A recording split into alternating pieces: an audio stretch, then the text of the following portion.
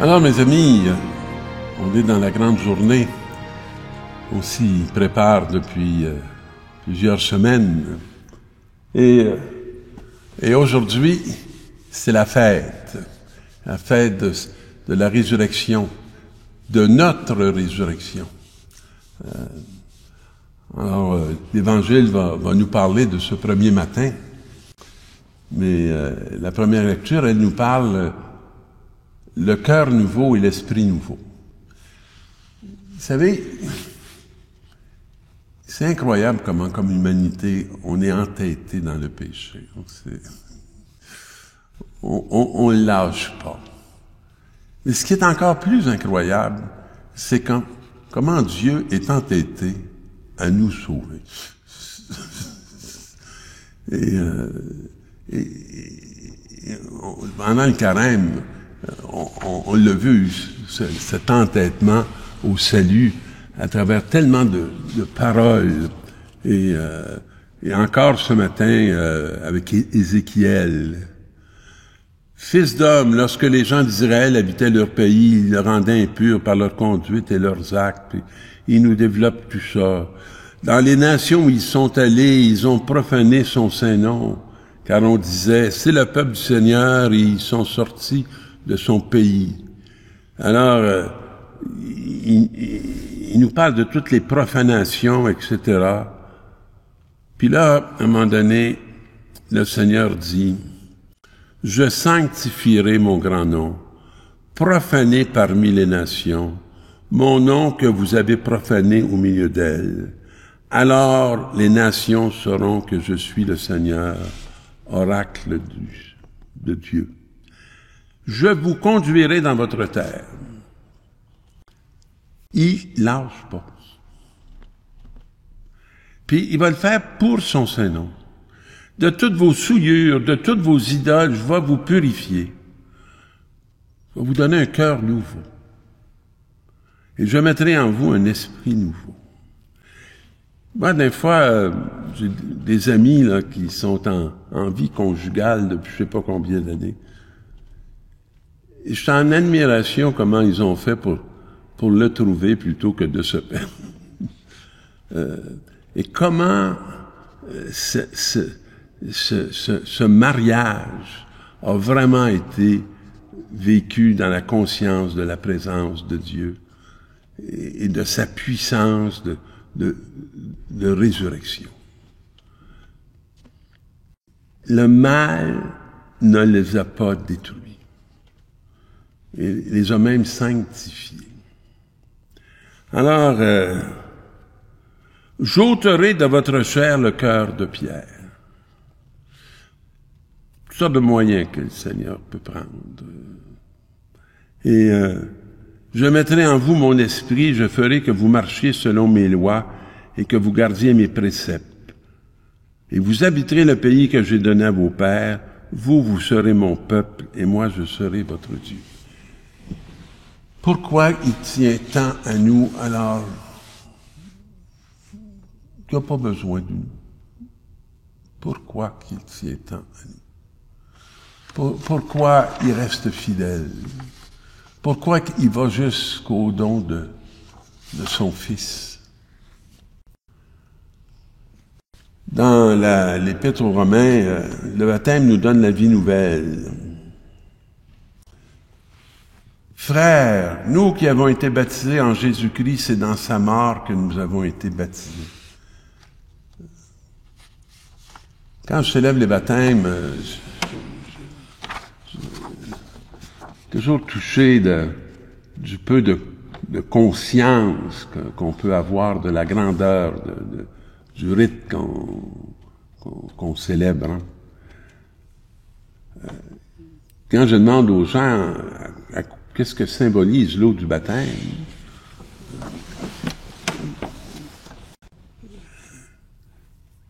très peu en ont la connaissance. On est plongé dans la mort du Christ. Quelle idée de plonger un bébé dans la mort du Christ. Puis là, je dis aux gens, c'est parce que c'est la seule mort qui a été vaincue. Et plongés dans la mort du Christ, nous recevons l'Esprit victorieux sur la mort. Et c'est pour ça que le suivre jour après jour, la mort va nous attaquer de toutes parts, de tous côtés. Elle ne lâchera pas, elle. Mais lui non plus, il ne lâche pas. Puis il nous invite à devenir de ceux qui mènent le combat, qui mènent la lutte. Puis il nous tient en proximité pour qu'on devienne des intimes de son chemin de résurrection. Alors, nous avons été mis au tombeau avec lui, c'est pour que nous menions une vie nouvelle, nous aussi, de même que le Christ, par la toute-puissance du Père, est ressuscité d'entre les morts. Ben nous aussi, nous allons vivre ça.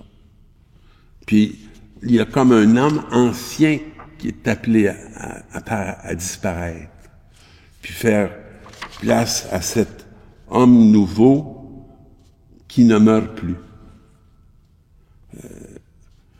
Sur lui, la mort n'a plus aucun pouvoir. Et ce à quoi il est mort une fois pour toutes, c'est au péché. Nous, il faut qu'on le répète souvent. Parce que notre mort au péché, on n'est comme pas capable de le faire une fois pour toutes. C'est juste lui qui a été capable de le faire. Lui qui est vivant, c'est pour Dieu qu'il est vivant. De même, vous aussi pensez que vous êtes morts au péché et vivant pour Dieu en Jésus-Christ. Alors j'y pense pas mal tous les jours, mais tous les jours je m'aperçois qu'il faut que je reste bien proche de sa parole, bien proche de son chemin. Et je rends grâce à tous ceux qui ont contribué à ce que je puisse m'ancrer dans cette présence réelle qu'on trouve de façon très unique dans l'Eucharistie.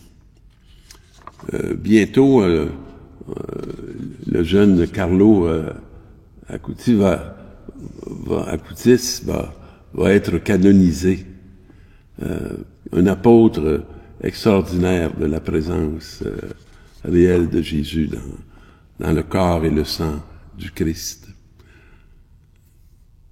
Et moi, je rends grâce au Seigneur de m'avoir appelé à être un serviteur de cette Eucharistie qui nous tient dans une action de grâce,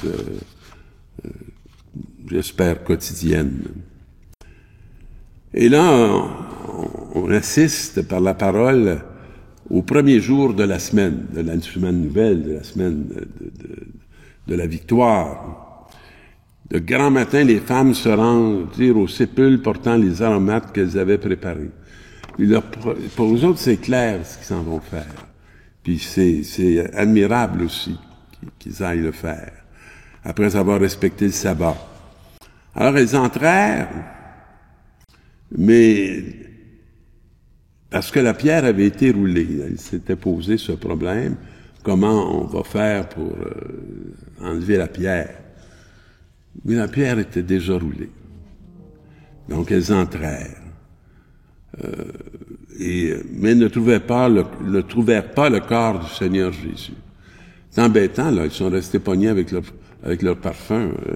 Et tous les rites funéraires qui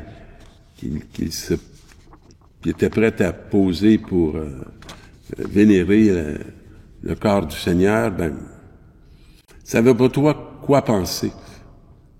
Il doit y avoir 1001 idées qui leur est passées par la tête. Peut-être pas celle de la résurrection. Et ils ont fait beaucoup d'hypothèses.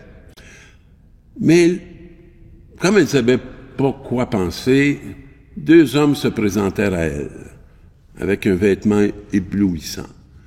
Ça nous renvoie un peu à la transfiguration. Jésus qui avait des vêtements éblouissants. Saisie de crainte, elle baissait le visage vers le sol. C'est une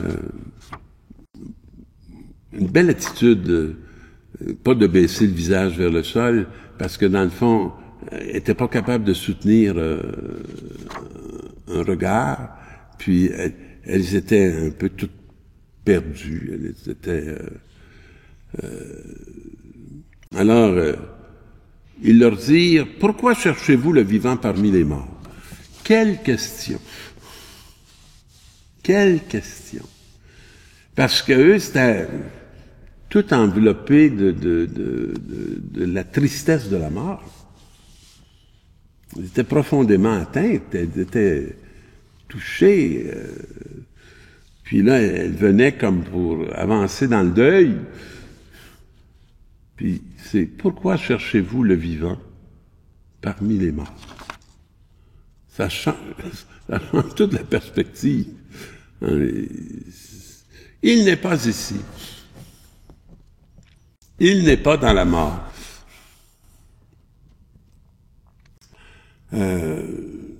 Il est ressuscité. Elle reçoit ça la première fois. Là.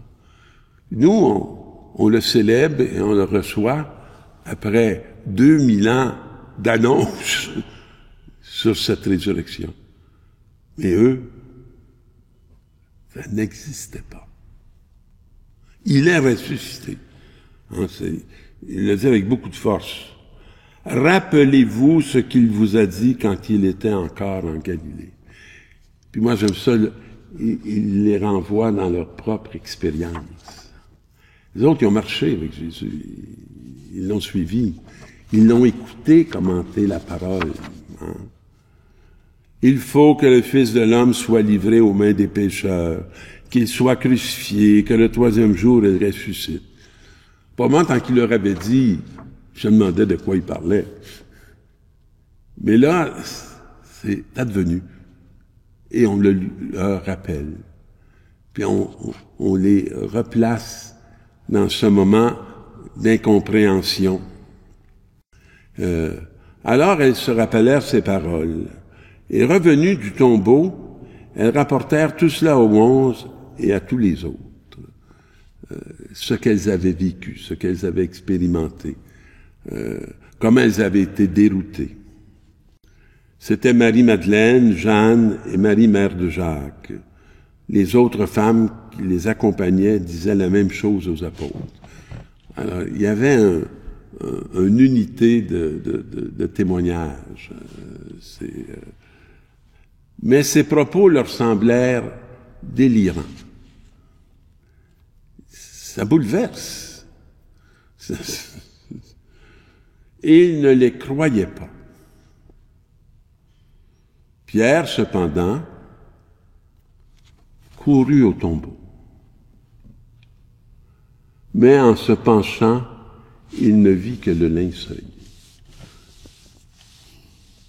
Il s'en retourna chez lui, tout étonné de ce qui lui était arrivé. Puis, il n'est pas encore dans la lumière de la résurrection. Il est comme saisi, mais dérouté. Mais en communion, en présence. Et il ne se retranchera pas. Il va continuer d'avancer et découvrir la présence du ressuscité. À part que nous sommes, qu'allez-vous vivre à la célébration? Allons-nous aller jusqu'à cette capacité de dire oui, il est ressuscité. Il est vraiment ressuscité. Parce qu'on sent tous les effets de cette résurrection dans notre corps, dans notre chair, dans notre esprit. Ou allons-nous rester accrochés à une perplexité? Ben, je vous souhaite vraiment une joyeuse Pâques et que vous puissiez être inondés de cette lumière qui nous conduit à Dieu, présent dans nos vies, dans nos histoires, et qu'il fasse de chacun de nous ceux qui annoncent « Il est vraiment ressuscité ». Joyeuse Pâques avec tous les vôtres, et vos communautés et vos familles. Et moi, je vous bénis au nom du Père et du Fils et du Saint-Esprit. Christ est ressuscité. Alléluia.